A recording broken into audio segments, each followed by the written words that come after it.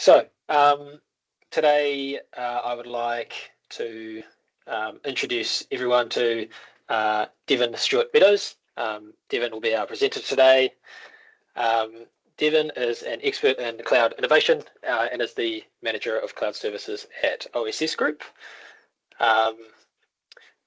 Devon is an expert in Cloud FinOps and certainly knows a thing or two about improving financial efficiency and operational governance for public sector organisations. She's worked in a range of cloud transformation engagements throughout New Zealand and Australia, and as some of you may know, has been a 3 times finalist at the annual Women in ICT Awards. So super well informed. I had the pleasure of catching up with Devon for about an hour before this session, and just in that time alone, I learnt a ton about Cloud FinOps, and I got super excited for the session. So very excited for the presentation to come. I just want to let everyone know that we'll be using Slido for this presentation. So I'm just going to paste in a link to Slido in the chat. And I think, Devon, you've got the passcode. There we go, perfect. So you can either scan that QR code on the screen there, or you can follow the link in the chat. And then there should be a bit of a passcode field there that you can enter, and that'll take you into our Q&A and sort of engagement tool. So feel free to post any questions you want in there. There'll also be a couple of sort of polls and surveys coming up that Devon will run. So if you're keen to get stuck into the presentation and contribute to the conversation, feel free to do it there. I'll also be monitoring the chat as we go, but if you can do it in Slido, that'd be super helpful. It'd be easy to kind of keep everything together and make sure all the questions get asked. So without further ado, I'll hand over to Devon. It's great to have you here. And yeah, take it away. Awesome. Well, hello everyone. Thank you so much for joining me today and taking the opportunity, like you say, in your lunch break to come and spend some time talking about FinOps and talking about governance and how it's impacting New Zealand businesses on a day-to-day basis. What we're going to be doing is, as we go through this, is to talk a little bit about what's happening in the market at the moment, what the key components are of a FinOps strategy and how these might apply to you in your day-to-day lives. We're going to have a look at what good looks like and what those standards are that organisations are trying to achieve. And of course, we're going to give you some quick wins and some takeaways that you can go straight back to your businesses and look to implement for your benefit. So as Finn said, I'm Devon Stewart-Meadows. So I'm the head of cloud services at OSS Group. I have spent the last 15 years in the IT environment, and 10 of those have been in public cloud. So my background actually comes from an architecture and a transformational piece. So helping organisations look at what an on-premise environment looks like versus a cloud environment and looking to drive innovations through access to public cloud services. I've worked with AWS, I've worked with Azure. We're doing some current work with GCP at the moment. And some of my work in the past, as Finn has alluded to, has been recognised from a Women in ICT perspective. So I've been a finalist 3 times, once in the technical category and twice in the innovation category based on particular workloads and work programs that I have been either involved in or more often than not I've been leading. So it really is my privilege to come and speak to you all today, and I'm grateful for that. So let's start with the basics. What is FinOps? Right? Contrary to value, it is not the world according to Finn, although he has a pretty heavy hand in contributing to ICT as part of the Govis team. But FinOps is fundamentally a public cloud management discipline. It was developed in public cloud, and now it's been retroactively included into wider ICT. So we're now starting to see FinOps as it applies to infrastructure, as it applies to organisational behaviour, and as it applies to human resources. Right. What it's designed to do is enable organisations to look at technology, finance and business, and allowing all of those teams to collaborate to enable data-driven spending decisions. And that key piece is that it is data-driven. It is about the facts. We're having a look at real numbers that impact real businesses and how we drive efficiencies in that space, making sure that every dollar is being used as well as it possibly can, not just from a technological basis, but from a process and a people basis. So look, there are three FinOps principles there that we talk about, and they are in an incredibly simplified world. They are inform and optimize and operate. So it starts with being able to see what's going on in your business. It's about being aware of your license entitlements. It's about understanding the cost of your bare metal infrastructure.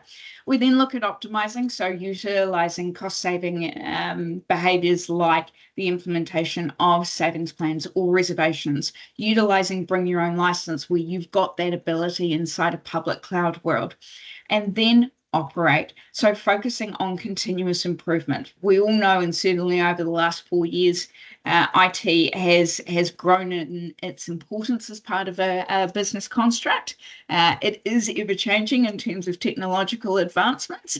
It's also ever changing in terms of how businesses react to IT capabilities and how IT drives business decisions and business outcomes. So at a base level, if you take nothing else from the session, we inform, we optimize, and we operate. Now, of course, it's never as simple as it sounds. Have a look at this. When we talk about FinOps, there are actually 14 different disciplines in terms of capabilities management. Now, these are color-coded for specific reasons because they are grouped accordingly, and we're going to talk about that in a little bit. But it's not just monitoring your spend and knowing what your budget is and making sure that you're getting your invoices from your hyperscaler. It's about cloud policy and governance. It's about rate optimization, and in a particularly advanced set, so where we want to get from a maturity model perspective, it's about unit economics. And we're going to talk a little bit later on about what that is and how it shows up in your organizations. Now, before we get too far down into the detail in terms of what each of those components are and how they apply, what we are finding is that we are having to optimize in order to innovate inside our environments. The economic climate that we're dealing with at the moment, as many of you are aware, is that everybody's focused on cost out. Everybody's focused on saving headcount. Everybody's focused on, in an economically challenging time, particularly whether it's been COVID and the long-term impacts of COVID, or whether it's been economic climate around the world, or as local as a change in government here and what the implications of those spending patterns are. So what we're finding is that businesses are using the opportunity to optimize, to then repurpose their IT budgets to allow for innovation, to allow for process improvement, and to minimize and reduce the operational overheads that come with running an IT business. So what I'd like you guys to think about as we head into the Slido polls is, if you could get 25% of your IT budget back, what would you do with it? If you could get 40% of that budget back, what would you do with it then?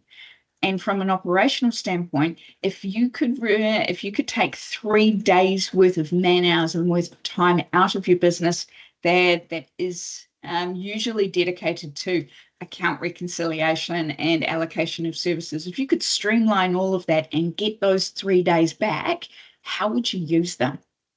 Finn, let's go to Slido and let's ask some of those questions and get some feedback.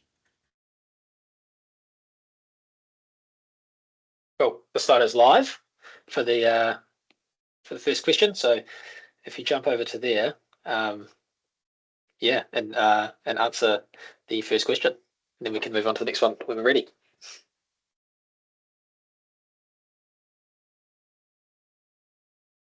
All right, I'm just moving the Slido onto another screen so that I can follow that as we go along.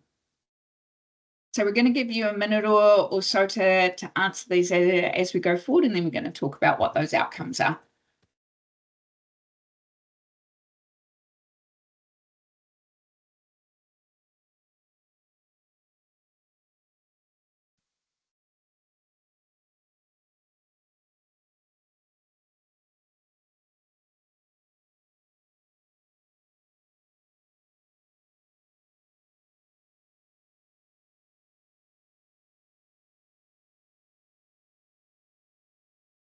Oh, everybody's got a different opinion. Just wait a couple more minutes to see a couple more people complete it.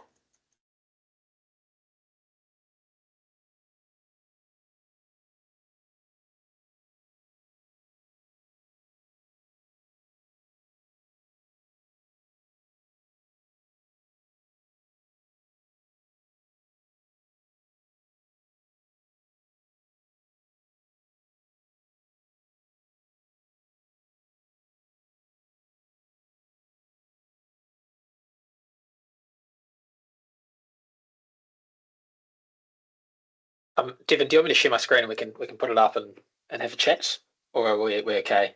Yeah, it should. If I've done it correctly, it should show up in just a second. Nice, cool.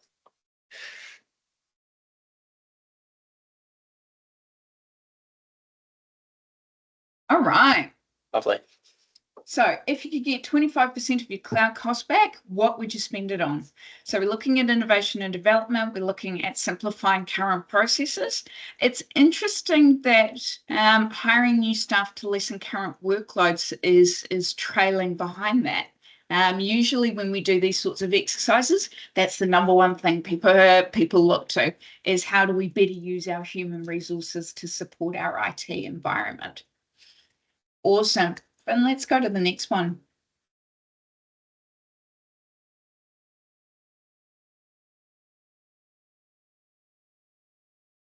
Cool. I think we're good. Is this we're doing the quiz? Yes, we are. Perfect. Yep, it's on.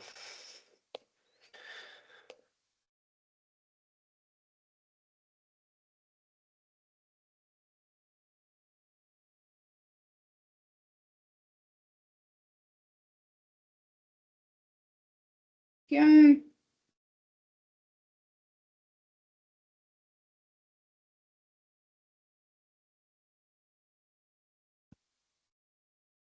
Okay. So, question for you all. What percentage of New Zealand businesses believe they are wasting extra money in cloud, that they are overspending on their cloud for the value that they're getting? Now, this is a survey that has been done just recently. So we're using 2024 data. This is something that actually went out to a variety of customers. Here's what's interesting.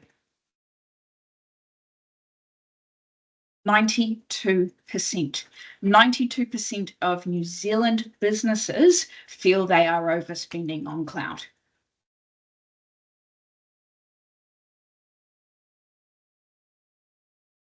Follow-up question. What is the biggest contributor to that wastage? And this one's probably a reasonably straightforward question. There's a hint at the bottom.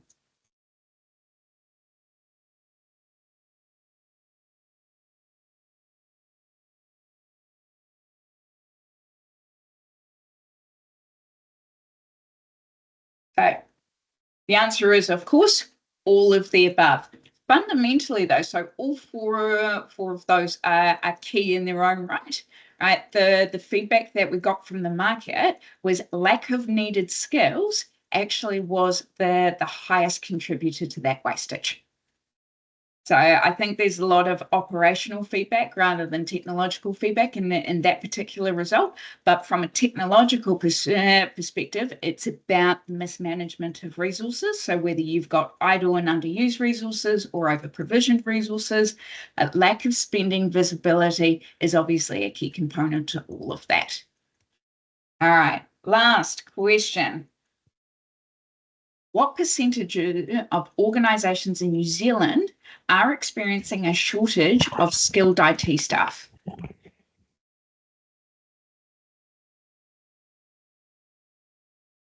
10 seconds to go.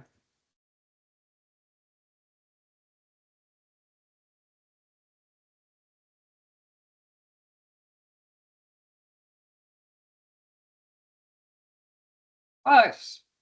The correct answer is 56. So greater than half of all New Zealand organisations that responded to these survey questions are experiencing a shortage, in particular, of skilled staff.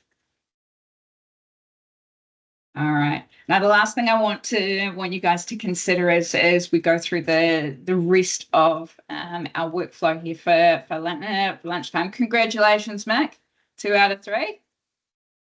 Right, Finn had the benefit of having an hour with me beforehand where we talked about some of that. All right. Nicely done. Can't believe it. Yeah, no, I got style here, man. I'm doing all right.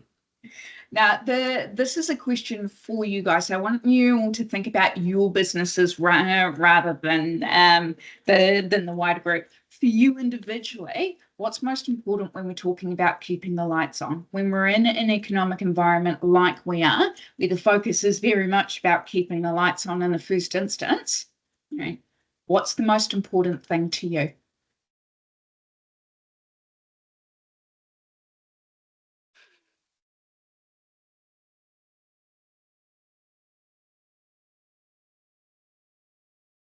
Oh, and it's changing.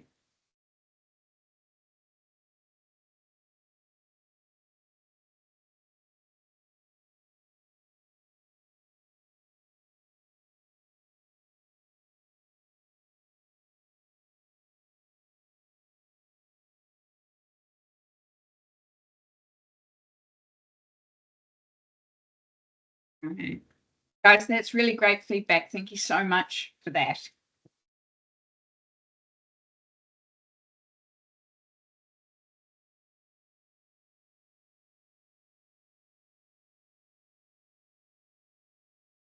And you're right. Primarily, the value of FinOps and value of IT services comes down to the people who are using it. I was recently in a governance conversation with a client who was looking for some support in this space. And I said something really horrific in the initial statement, which was, IT is fundamentally dependent on finance and HR, that they are your most important stakeholders. And everybody in IT goes, I don't want to deal with finance, I don't want to deal with HR, I just want to deal with the tech. But the reality is finance pays for the tech, right? And HR makes the tech work. So when you think about yourselves as resources, we like to say we all do this because we love IT and we love the things that we do. We also work 40 hours a week and we have our own bills to pay. So if HR isn't enabling your teams from a human resource capability and finance isn't paying your teams, it doesn't matter what tech you've got. So it is something to be mindful of when we're thinking about IT, and this is the real value of FinOps in an IT sense, is that it's not just about the technology. It is absolutely about the people and the processes that surround that technology. Okay. So we're going to do a little bit of a deep dive into those capabilities in just a second, but I do just want to talk a little bit more about what the wider market is saying, right? So 54% of government entities, right? So public service entities are saying that modernising with cloud is one of their top technological priorities.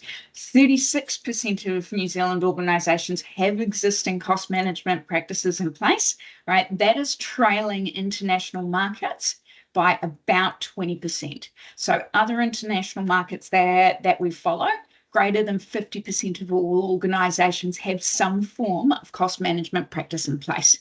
Managing cloud spend was the single biggest challenge cited by 30% of respondents in the latest State of Cloud report. So what people are saying is that if it's not security and it's not operations, it's actually about managing costs. It is a challenge if it's something that is not ingrained in your behaviour, it's not part of your governance structures, it's not part of your policies. They are saying very, very clearly, the market is saying we need executive buy-in, which translates to prioritising FinOps initiatives that in turn enable action. We can talk at an operational level, we can talk at a service desk level and a support level, we can talk at an infrastructure management and an IT management layer. But unless we're getting that executive buy-in in terms of where and how we spend money, where and how we allocate resources, we need to be looking to prioritise that to make sure that those dollars go further, and getting that executive buy-in is absolutely critical to that success. And lastly, even in the economic environment that we're looking at right now, 63% of IT organisations are reporting an increase in their cloud infrastructure spending. Now, whether that is large-scale migrations because they've got server upgrades and they're looking to move off-premise, or whether they are looking to take advantage of the innovations that public cloud offers from a microservices capability, from a containerization capability, and from an operational perspective, those are the numbers that we're seeing. 63% are currently reporting an increase in their spend. So let's talk about, if we've got an increase in spend, if we've got a challenge in managing cloud spend, how do we actually break it down? Now, going back to those capabilities that we were talking about earlier, it's broken down into 4 key areas. The first one of which is governance. Right? Governance seems like a bit of a heavy word. Sometimes it's people's favorite thing. More often than not, it's not, let's be real. But it is absolutely critical in terms of making any form of FinOps, any form of IT management and behavior working properly. It starts with allocation. You need to know what your teams are spinning up in a cloud environment, and they need to be allocated either to departments, to projects, to customers, however you want to break it down, whatever is right for your business, making sure that you've got that visibility of where that money is going. It's fundamentally like running a household budget. You need to know what's going to the power and what's going to the food and what's going to your spouse's credit card. Governance and policy is the second piece to this, and it is an overarching piece. So it's about making sure that people have got the right accesses. It's about making sure that IT spend is being turned off and if it's in a development environment. It's about having policies that govern your behavior. One of the most frequent and most successful cloud management policies where we see in the market is the tagging of resources, so that allocation like we were talking about, right? Followed by a rule that says, if you do not tag your resources, we will turn them off in 7 days. And you will see just how quickly somebody's going to scream if they've got it wrong, right? Or more often than not, it's triggering that behavior right at the design phase of any architectural changes. So by putting a policy in place that is as simple as, if you don't tell us where it is and what you're doing with it, it's going to go away. Your visibility of your IT environment increases significantly right from the get-go, rather than having to do a retrospective tagging policy. Benching and data ingestion are higher up that maturity model when we talk about Cloud FinOps. So benchmarking is about how we set frameworks and baselines for IT infrastructure as a whole, right?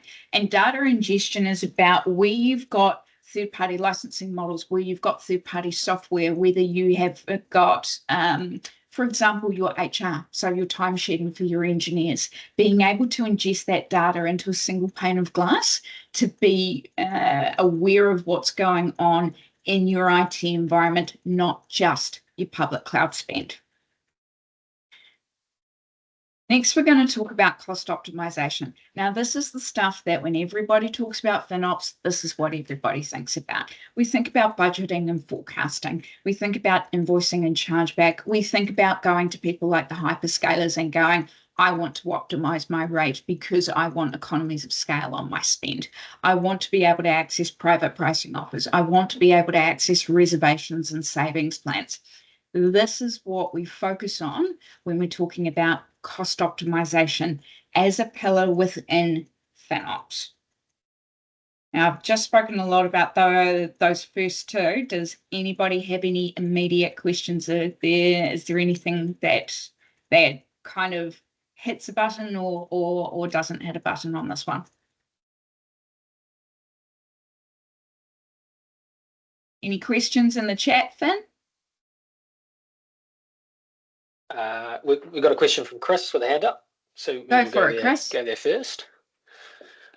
Yeah, sorry, I didn't have time. I was trying to listen and take notes and couldn't quite write a question at the same time, but the policy side is really interesting. We're looking at doing a lot more IT policies at Health New Zealand, and FinOps is definitely on the radar, sort of being bundled in as part of IT asset management. I guess it'd just be really interesting to hear you talk a little bit more about that of the policy where you require that people needed to tag their resources, otherwise they'd lose them, and how, yeah, maybe talk a bit more about considerations for an internal policy regarding FinOps. Absolutely. So we're going to talk a little bit about what some of those quick wins are and what the low-hanging fruit is in terms of policy management. First and foremost, tag or you lose it. It's a very straightforward engineering response. The second piece where we talk about governance and policy is making sure that from an HR perspective, you are onboarding and offboarding correctly.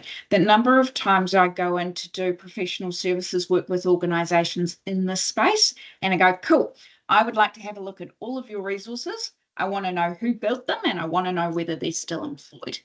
The number of times where you've got particularly development and test resources, you might have entire environments that have been built by somebody who subsequently left the business, and it was then playing in a sandbox or doing some development level work that never made it into production. And you find out that 6 months later, you're still paying for this monthly, but nobody's actually doing the work and nobody's actually developing that. When we talk about allocation and tagging from a technical perspective rather than from a FinOps perspective, and I'm going to talk about that in just a second. One of the tags that we strongly recommend for organizations is to put a tag of the application owner. So whether it is a role, and I would expect that for larger organizations, so it is development team leader. It might be an individual's name. Right, so you might say, hey, look, Devon Stewart Meadows built this. So when I choose to leave the business for any reason, as part of your offboarding process, you go, cool, you are responsible for all of these applications. Who's stepping into that role? Who is going to take responsibility for them? Make sure it's effectively like cleaning out your desk. Right, so when you're leaving a business, making sure that you are cleaning out your IT environment. Also for the new person that's coming into that role, making sure that they know that they are now responsible for all of this, and therefore there is a human driver and from a human KPI perspective to then effectively manage that. So there isn't a scenario where, and in some cases I've seen hundreds of thousands of dollars being lost because of services that aren't being turned off because somebody went, oh, somebody built that 4 years ago and we don't know whether we need it or not. So a lot of that governance and policy is very much around process management and around people. So service desk and development teams are probably your first port of call. If you're looking to address that sort of stuff, I'd be starting with your dev teams and I'd be starting with your development environments. Oh, great, thank you. Okay, so segueing in, technical design. So FinOps is not just about the bean counters. It is not just about HR. It is first and foremost about your technological design. Now, public cloud providers across the board have a fabulous knack of going, here's a one-click button and we can deploy a landing zone, right? Or you can spin up all of this using instances and VMs that are in families that you know and understand. Then you find out that if you started using things like PaaS solutions rather than IaaS, your costs go down. Right? If you start looking at things like instance services, so both public clouds, or sorry, not both, all public clouds have instance families, and as they develop them and as they develop new generations, the costs usually go down. Every time there is a new PaaS service, you find that the costs are comparably less, more often than not, than delivering an original infrastructure solution. So architecting for cloud with cost in mind becomes really, really important. Onboarding workloads is also very much about that, making sure that you're using the right generations when you're onboarding VMs. When we're talking about workload optimization, it's about using things like reserved instances for workloads that are going to be always on, or using savings plans where you have got development and test environments that do not need to be on all the time, because more often than not, development environments are left in an always on state. So that is 730 hours a month that those services are being billed for. And I don't know many developers that work at 2 a.m. on a Sunday. So being mindful that if you were to operate, for example, if say business hours, 12 hours a day, 5 days a week, 8 a.m. to 8 p.m., that's only 260 hours in a month, not 730. So right there, you can actually drop 65% of your cost off without having a material impact to your resources and what you're trying to achieve. Anomaly management sits in technical design as part of FinOps capability. And what we're talking about there is we are looking at unusual spikes in instance usage. So if you feel that there has been a threat to your environment, people spinning up instances that don't make sense, particularly people spinning up very, very expensive instances, because your technological team don't tend to think about cost as they need it from an instance in VM space. They just go, well, I need that one, and I need high IOPS, and I need to use a memory utilized instance, when that might not actually be what you need. Dev environments for databases. Right? Databases are very, very expensive. They should only be run up in dev and test environments for the period that they're needed. So anomaly management allows you to manage and monitor those spikes. It also looks at underutilization. So where you've got environments that aren't being used, for example, a finance server that might only run 3 days a week to process billing and payroll, doesn't need to be on for the other 27 days of the month. Those are the sorts of things that we're talking about. And finally, financial operations. What we're talking about here is the FinOps and the operations of FinOps. So we're talking about planning and estimating, knowing where your spend is going to be based on the development of new services, based on turning off old services and migrating legacy environments. Reporting and operations is critical to all of this. You cannot do any of this if you can't see it. So being able to run reports by department that goes, this is your spend based on your budget, using things like electronic DFA that allows for teams to be able to spin up capabilities for the things that they need, knowing that they're operating within their budgets, but for finance teams or governance teams to be able to have a wider lens on that. It's about making your departments accountable for what they're spending. And everything that we've talked about, which is why it's the last one on the list, drives unit economics. So what we're looking for in a mature FinOps state is a dropping unit economics. So that is the cost of running a particular application. It's less so about servers, because you will see you will have an application server, and then you're going to have a database server, and then you're going to have the storage attached to it and all those sorts of things. You're talking about the economics of the application. And if you're really, really advanced, we're not just talking about the technology. We're talking about the number of service tickets that it picks up when you've got outages. We're talking about the amount of development time. So where you're starting to get the return on investment if you're using IT to develop new product lines or new capabilities. Think e-commerce websites is usually the biggest one, where you can drive a very, very low economic value very, very quickly. If you can see it, you can do something about it. If you can't see it, well, everybody sees the bills and the blowouts, and executive leadership going, why did our spend increase 30%? And we go, we don't know because we didn't say it. This is what we're looking for. Any thoughts or any feedback on that before we change tack a little bit?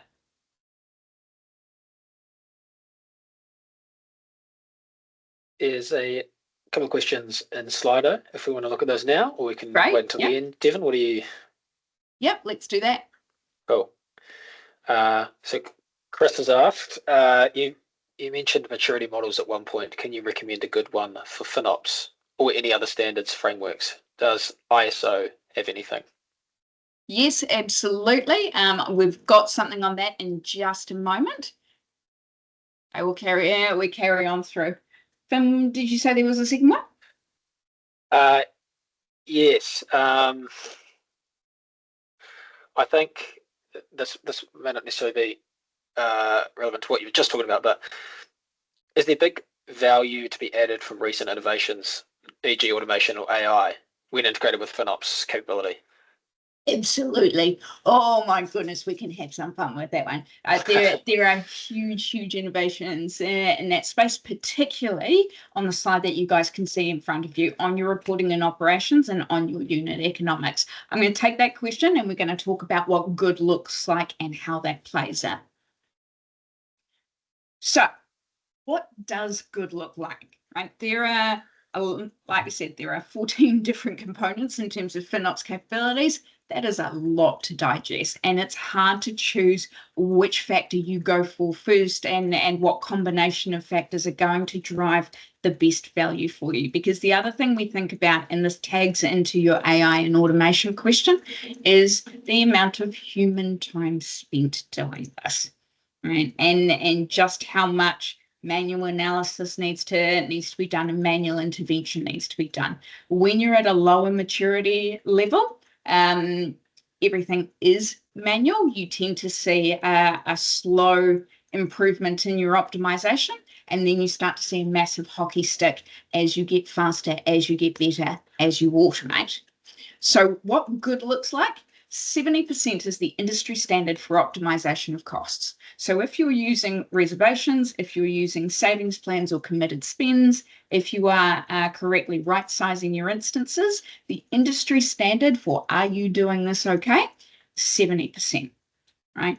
Where I work with my clients, we're targeting 80% as an absolute bare minimum. But that from an industry perspective is considered to be a top tier result. Now, a client that I'm going to talk about in just a second, and I want to show you what they have done as they've focused on FinOps over the last little while, right? They have a 91% optimization of costs. Now, that is largely unheard of in the market, right? It's very, very rare, but this particular organization sits in New Zealand Public Service. So this is the work that we do together. It absolutely requires focus at an executive level, right?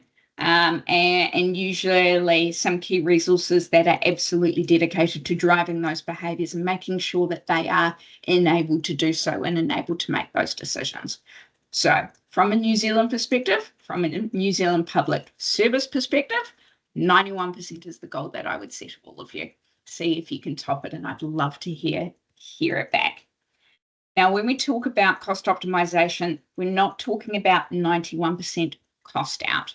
That 91% for that customer generated in its first set about a 40% cost drop. Now, as they've gotten better, your costs start to level out, right? You start to find an equilibrium of this is the best utilization for your cost. This is what it looks like. So what we see is we've seen a significant drop in cost over the last 6 months. So even then, we're still seeing about a 30% cost out as those optimizations have grown and as they've been able to deliver it.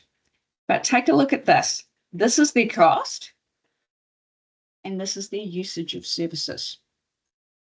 So they're actually using more in terms of their compute environment right? But yet they've dropped 30% out of their cost.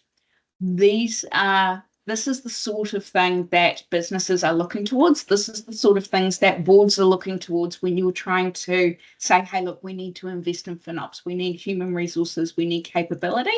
This is where you actually demonstrate the benefit of that effort.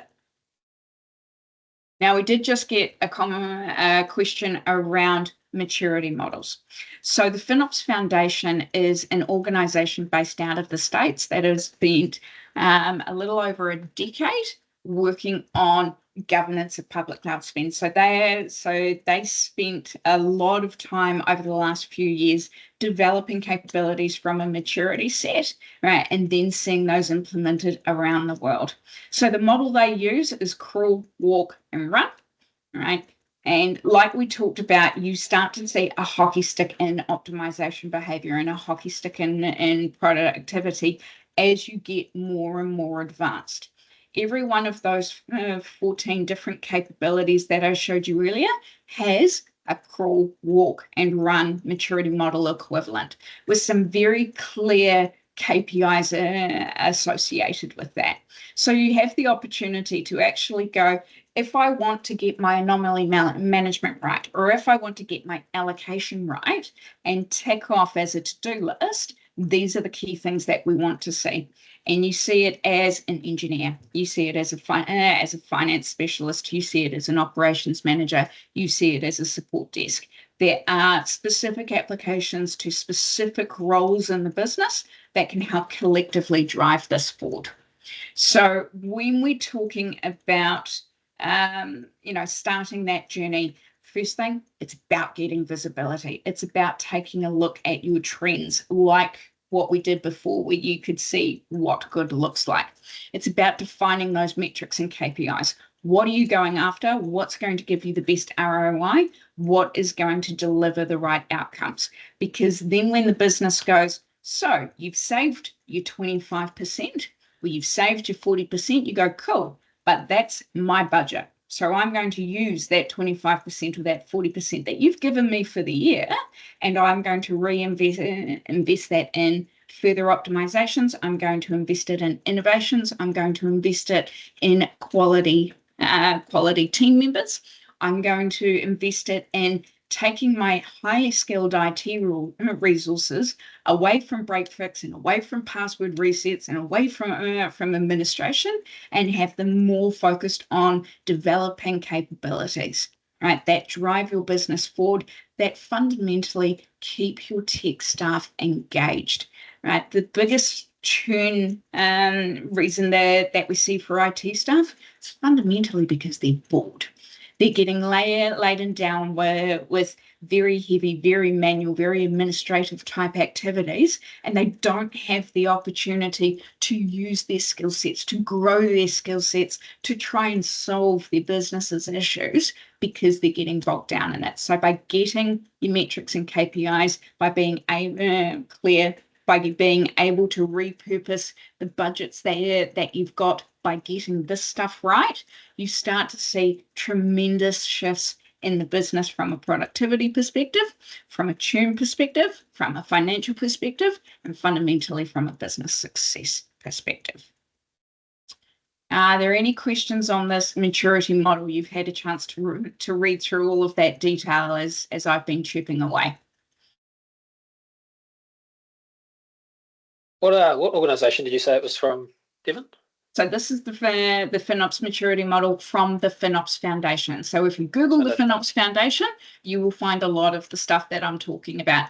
OSS Group, so where I work, has an allegiance to the FinOps Foundation because we've seen it all work very successfully in practice. It's also having a huge uptake on an international scale. So we're seeing a wide variety of both IT customers and IT partners focusing in this space, which gives us a huge amount of experience to draw on. Rather than it just being academic, we're actually able to go to other businesses and go to other partners and go, what's your experience with this? What went well? What worked? What didn't?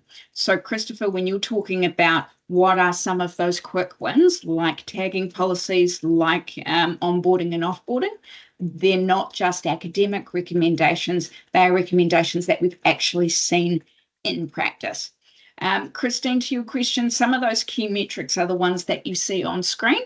The others do go down into quite a bit of depth across all 14 of those capabilities, and I'm more than happy to have a more detailed conversation with any one of you about that. But given we've got 9 minutes to go, what I do want to do is focus on giving you you guys some quick, clear takeaways, so things that you can take back to your business as actionable items. Thank you. So let's go and do that. Guys, it's not rocket science. It's about, first and foremost, getting the basics right. It's about using either cloud and with a focus on public cloud, because you can absolutely expand this into your on-premise environment. My recommendation to you would be is start with your public cloud, right? Use an environment that has got easy access and easy visibility. There's a whole bunch of cloud native tool sets. There are also a whole bunch of third-party tool sets that allow you to get very, very good visibility very, very quickly. Design your policy and governance around what you can see in the first instance, and then use those policies to drive behavior in other parts of your IT infrastructure. So into your SaaS licensing, into your on-premise environments, into your co-locate private cloud, into your third-party services. Cloud policy and governance is not just for public cloud. Public cloud is an easy place to start, but the idea is that your governance and your policies transcend your technology. It's about making technology work for the business, not making your business work around the technology that you've got. Making sure that you're apportioning your monthly usage, either by usage type or by department or by client, however you choose to break down your business, whether it's sales spends this, marketing spends this, engineering spends this, or we've got 3 key product sets or 3 key services that we deliver, and we want to apportion our cost that way. Any version of those is going to help you start assessing and addressing some of these things. Target your top 10 most expensive services and your lowest 10% utilized services for infrastructure review. Depending on the size of your business, this can be pretty big.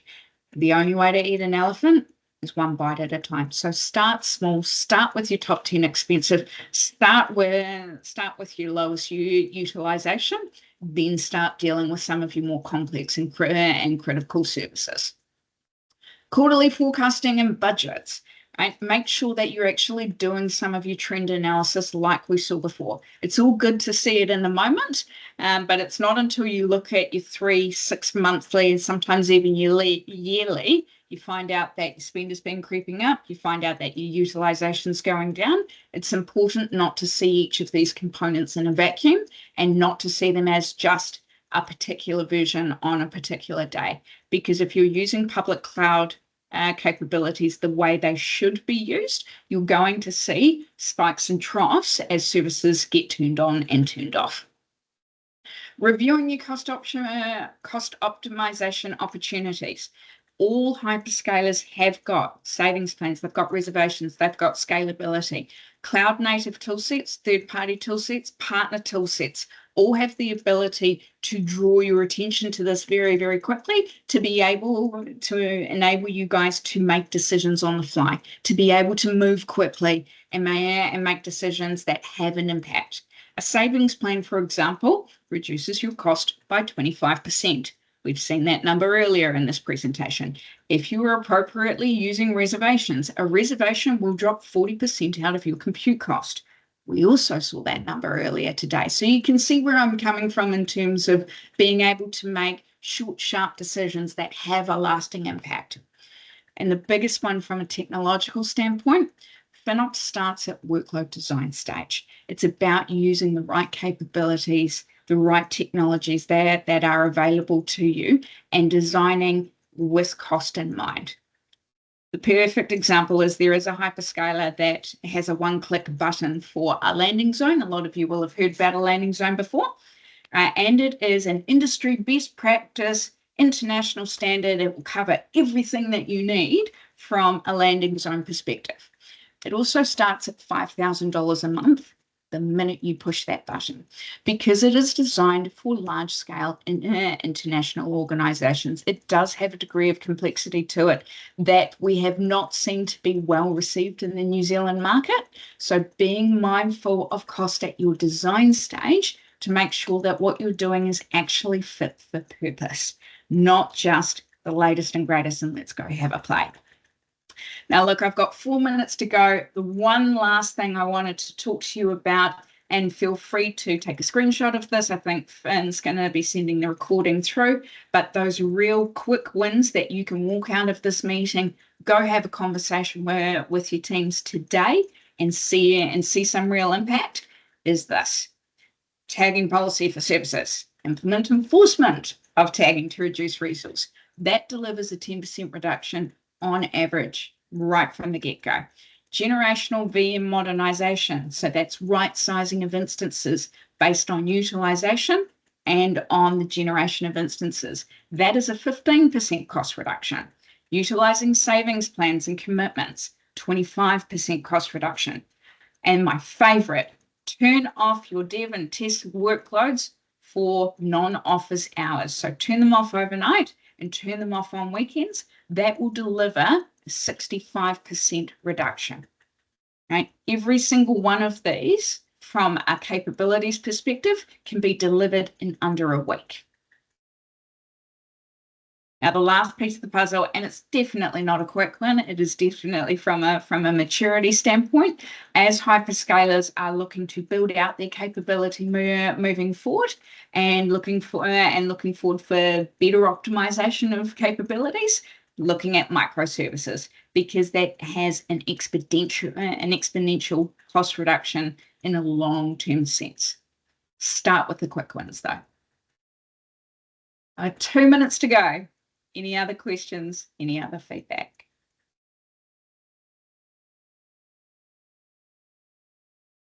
Cool. There's a question here from Chris on the Slido. Sure. Do you think an organisation's FinOps function can live happily within IT asset management, or is it a different beast with that closeness to finance and HR? I think the reality of the market that we're in and the size of the country that we are, first, FinOps is a great place to start inside an IT asset management team. The biggest challenge you have is a finance person going, you need to reduce all of your spend here. We're going to right size all of these instances, and have your IT team come back and go, well, actually you can't, because the application that runs on that particular instance has minimum memory and CPU requirements. And if you do that, it will break. I think it is a delicate balance between finance and the technical teams, because they do sometimes sit at odds. But if you've got an IT capability that has a passion and a focus for making IT work well, then you're going to see a lot more uptake and a lot more cultural acceptance of FinOps and the components that are required to run it effectively. I'd absolutely say that you cannot do this without finance. So it is something to be mindful of, and that you're not going to get the budgets that you're looking for and the optimizations that you're looking for, and in some cases the authority to make these financial decisions without partnering with finance on it. So do be mindful. If you're doing it from an IT standpoint, finance is your best and worst customer, and it's certainly your most important customer. But if you can find a way that they operate together, first and foremost, I think in an IT house is really the way to go. From a low maturity model, as you get more advanced, you'd expect to have a wider governance on it. Awesome, cool. We have one more quick question, and I think I know the answer, but Dan's asked if you can share the example government org that was hitting 91% optimization, or if you have any other teams you know who do it well. So I've got quite a number of organisations that I work with that do it well, and and part of that comes with they've been having these conversations for a little while, and they're working with organisations that have a focus on it. So whether they are corporates that have an international parent ownership, because they start to see the advantages there. Unfortunately, I did ask, and I cannot reveal the name of the organisation that did hit 91%. They are based in Wellington. They are somebody that we partner with on a regular basis, and we're very proud of that relationship. But like we talked about, for the clients that we engage with and the clients I deal with, right, my minimum acceptable standard target for them is 80%. So it's safe to assume that the majority of the organisations that I've got are either working towards that, or the majority of them, they already hit that. Cool. Well, that's about time. I think we're a little bit over. So, Devon, thank you very much for your time and for coming in and talking to us. And thank you to everyone on the call for contributing to the discussion. If you want to know more, the slides and recording will be shared. Obviously, Devon mentioned the FinOps Foundation maturity models. And also, if you have any questions, feel free to reach out to us at Govis, and we can pass anything on to Devon or whoever else.